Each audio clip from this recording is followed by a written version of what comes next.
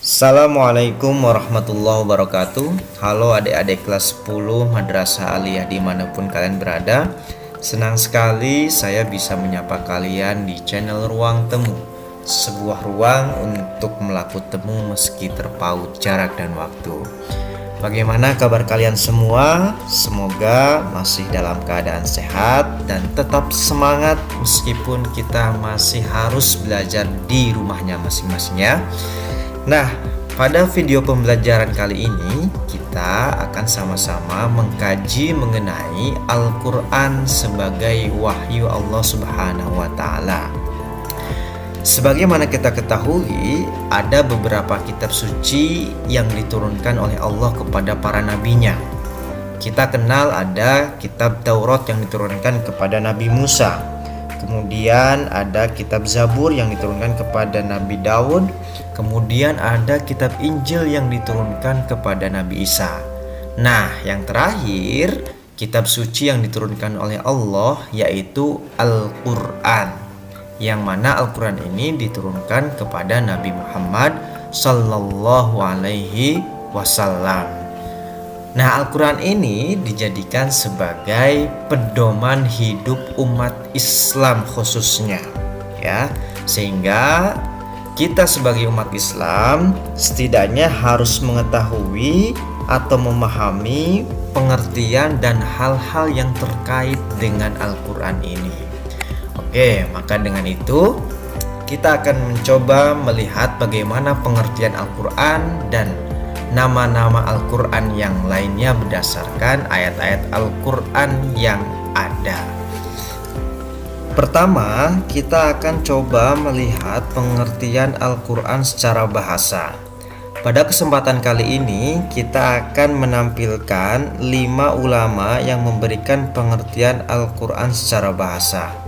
Yang pertama ada Imam Al-Lihyani yang wafat pada tahun 215 Hijriah.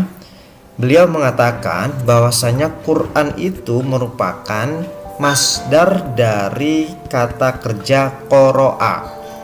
Qoro'a yaqra'u Qur'anan, yang artinya membaca. Nah, dari sini dapat kita pahami bahwasannya Al-Quran itu diartikan sebagai bacaan atau sesuatu yang dibaca. Kemudian menurut Imam Al-Asy'ari yang wafat pada tahun 324 Hijriah, ia menuturkan bahwasannya kata Al-Quran ini berasal dari lafaz korona, yang berarti menggabungkan sesuatu dengan yang lainnya. Kemudian kata ini dijadikan sebagai nama kumpulan wahyu yang diturunkan kepada Nabi Muhammad Sallallahu Alaihi Wasallam. Nah, pendapat ini juga dapat didasarkan pada kenyataan bahwasannya Al-Quran itu merupakan gabungan dari surat-surat, ayat-ayat, dan huruf-huruf yang saling beriringan dan saling digabungkan. Kemudian menurut Imam Al-Farra yang wafat pada tahun 207 Hijriah, menurut beliau asal kata Al-Quran itu berasal dari lafaz qoro'in, yang merupakan bentuk jamak dari kata qorinah, yang berarti petunjuk atau indikator. Nah, pendapat ini didasarkan pada kenyataan bahwasanya ayat-ayat Al-Quran ini saling membenarkan antara satu dengan yang lainnya.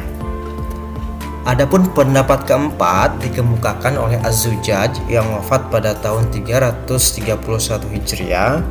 Beliau mengatakan bahwasanya kata Al-Quran ini berasal dari kata sifat al-qur'u yang bermakna kumpulan. Nah, argumen pendapat ini mengemukakan bahwasannya Al-Quran ini mengumpulkan intisari dari kitab-kitab yang diturunkan kepada para nabi sebelum Muhammad Sallallahu Alaihi Wasallam. Terakhir, pendapat kelima dikemukakan oleh Imam Asy-Syafi'i yang mengatakan bahwasannya Al-Quran merupakan isim alam atau nama asli. Jadi, menurut Imam Asy-Syafi'i, kata Al-Quran tidaklah berasal dari kata apapun, Akan tetapi Al-Quran memang sejak awal digunakan sebagai nama kitab suci yang diturunkan oleh Allah kepada Nabi Muhammad Sallallahu Alaihi Wasallam. Nah, adapun pendapat yang paling masyhur di antara kelima pendapat ini adalah pendapat yang mengatakan bahwasanya Al-Quran itu secara bahasa bermakna bacaan. Adapun pengertian Al-Quran secara istilah, kita melihat kepada 3 ulama.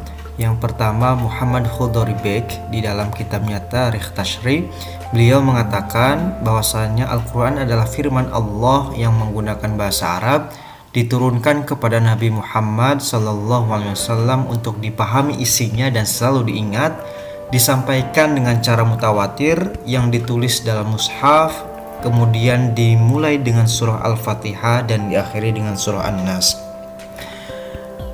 Adapun menurut Subhi Sholih, beliau mengatakan Al-Quran adalah kitab yang mengandung mukjizat yang diturunkan kepada Nabi Muhammad SAW, yang ditulis dalam mushaf-mushaf, disampaikan secara mutawatir dan bernilai ibadah membacanya. Sedangkan Muhammad Abduh mengatakan Al-Quran adalah bacaan yang tertulis dalam mushaf-mushaf yang terpelihara di dalam hati orang-orang yang menjaganya dengan cara menghafalnya. Dari ketiga ulama tersebut dapat kita pahami unsur-unsur pengertian Al-Quran itu terdiri dari beberapa unsur. Yang pertama, Al-Quran itu merupakan firman Allah atau kalamullah, berarti bukan kalamnya atau bukan ucapannya Nabi Muhammad. Kemudian Al-Quran itu terdiri dari lafaz yang berbahasa Arab.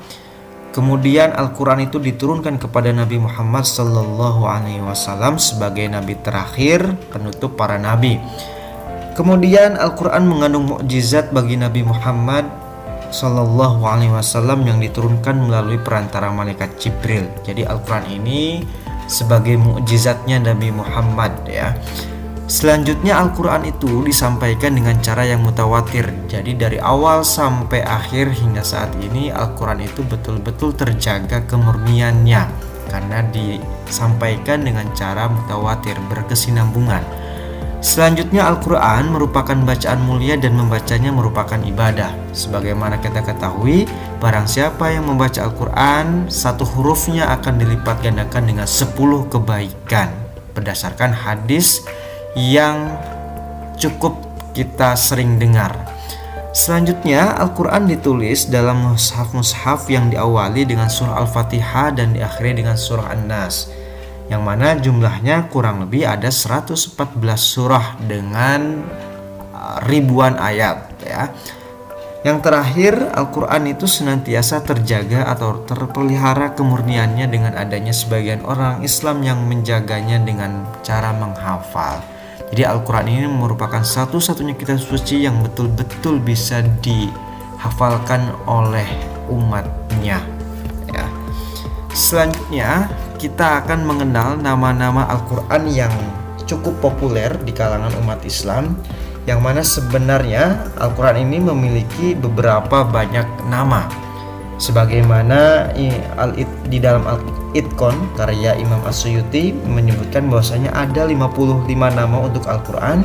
Kemudian juga menurut Imam Az-Zarkashi sama dengan Imam As-Suyuti, dan ada pendapat lain yang mengatakan ada 78 nama. Tetapi yang akan kita bahas hanya nama-nama yang cukup populer, yaitu ada 5.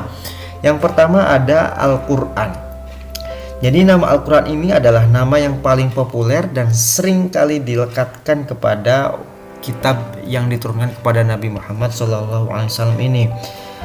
Hal ini diperkuat di dalam ayat Al-Quran yang berbunyi Syahrul Ramadan alladzi unzila fihil Qur'an hudal linnasi wa bayyinatin minal huda wal furqan.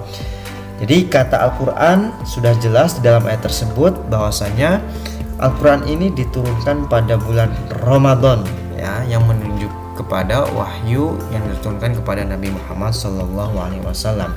Kemudian yang kedua ada Alkitab ya. Alkitab juga sering disebut sebagai nama lain dari Al-Quran. Hal ini ditegaskan di dalam Quran surah Al-Baqarah ayat 2, "Dzalikal kitabu la raiba fihi hudal lil muttaqin." kitab ini tidak ada keraguan padanya. Maksudnya adalah Al-Qur'an di sana. Kitab yang dimaksud di sana adalah Al-Qur'an. Kemudian nama selanjutnya itu ada Al-Furqan. Al-Furqan itu maknanya pembeda. Maksudnya Al-Qur'an ini menjadi pembeda antara yang hak dan yang batil, yang mana diperkuat di dalam Al-Qur'an surah Al-Furqan ayat 1. Tabarakalladzi nazzala al-furqana 'ala 'abdihi liyakuna lil 'alamina nadhira.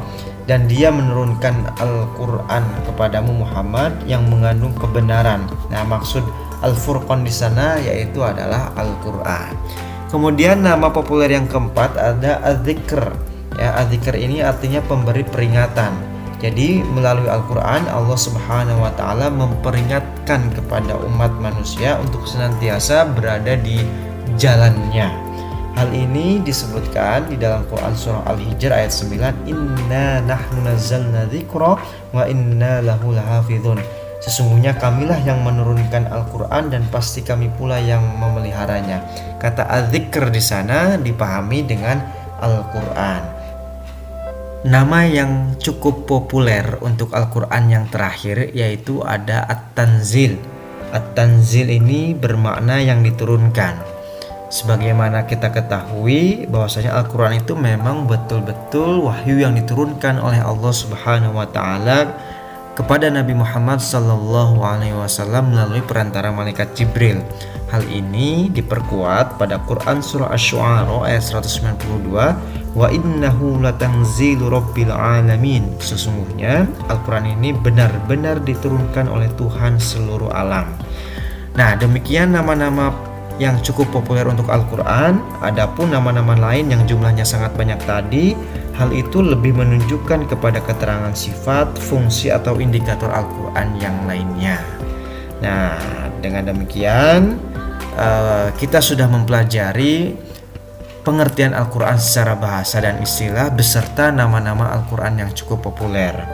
Oleh karena itu, Al-Qur'an sebagai sumber pertama ajaran Islam harus betul-betul kita kenali, harus betul-betul kita pahami, dan setiap muslim berkewajiban untuk berpegang teguh kepada Al-Qur'an yang mana di dalamnya terdapat hukum-hukum atau ajaran-ajaran yang ditujukan kepada umat manusia, ya, yang mana di dalam Al-Qur'an diterangkan terkait dengan perintah-perintah dan larangan-larangan yang sudah ditetapkan oleh Allah Subhanahu wa taala. Selain itu, Al-Qur'an pun memuat berbagai pedoman dasar yang bisa dipedomani oleh setiap manusia, yang mana di dalam Al-Qur'an mengandung beberapa hal terkait dengan keimanan, kemudian akidah, ibadah, kemudian budi pekerti dan lain sebagainya. Sehingga sebagai kitab tuntunan hidup bagi setiap umat Islam, Al-Qur'an hendaknya oleh setiap muslim dijalankan dengan sebaik mungkin, dipahami, dibaca, dan diamalkan.